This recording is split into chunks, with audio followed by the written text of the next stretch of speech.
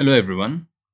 In this series of videos, I will be talking about how India could have done better to fight European colonization in its own feudal system. Before we begin, I would like to let you know that what we discuss here is not intended to hurt any group of people. In case of any offense, I would like to apologize beforehand. Before we talk about how India catches up with Europe, I would like to talk about why the technological gap came into being in the first place. I believe there are geographical reasons why this happened.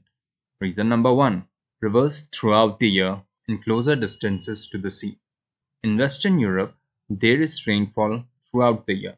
This means that the rain-fed rivers in this continent could support the navigation of larger vessels for a longer period of time.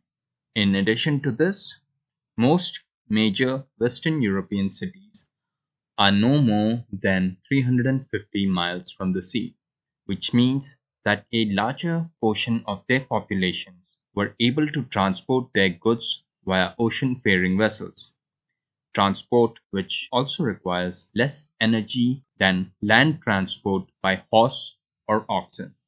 In addition to cheaper transport, the energy of these rivers could be harnessed by watermills, making it more profitable to build them in countries like France and England rather than in the Middle East and India.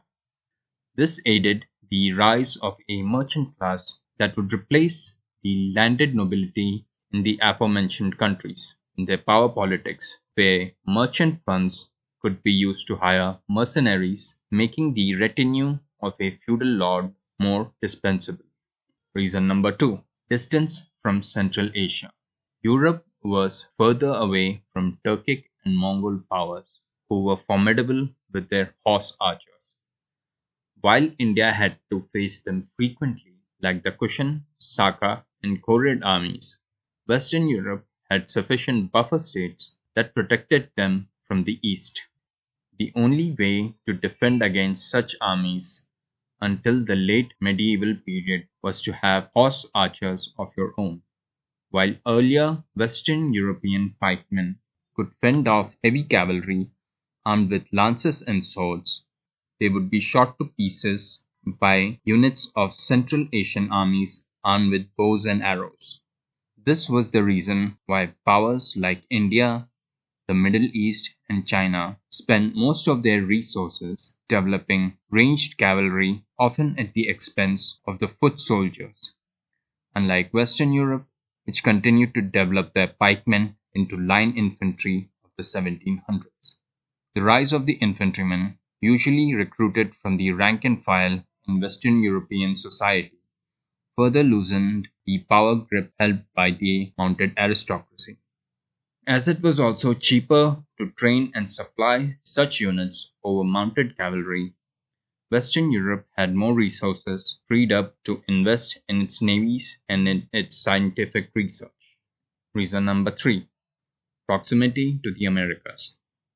As Europe was closer to the Americas than the Middle East and India, it was able to colonize them and then extract their gold and silver. As precious metals were more feasible as legal tender in the 17th and 18th centuries, it was easier for Spain, England, and France to pay and maintain standing armies and navies, and engineers to improve their industries.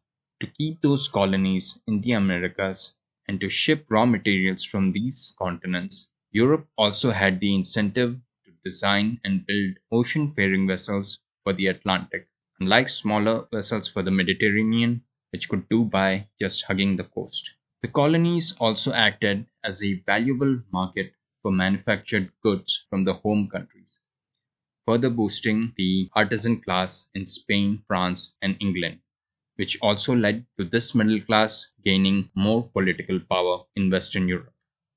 Reason number four: cooler climate.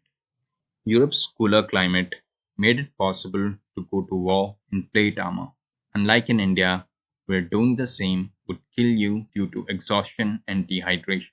This type of armor encouraged Europeans to develop better gunpowder weapons to penetrate solid metal sheet, An arms race ensued where once unreliable hand cannons were now replaced with flintlock muskets, making the infantry only more formidable in Western Europe.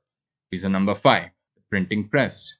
Western Europe had a boom in its literacy rates due to the Lutheran Reformation, with its emphasis on reading the Bible for oneself and the invention of the printing press, increasing the talent pool from which many of Europe's pioneers in science and engineering helped the continent race ahead of China, India, and the Middle East. So these are the 5 reasons why I believe Europe raced ahead of the subcontinent in the 17th and 18th century. Join us in the next episode where we talk about how India closes this technological gap. If you liked the video, please like, share, and subscribe to my channel. Thank you for watching again. And if you like the images that are present in this video, you can refer to shutterstock.com. See you in the next video.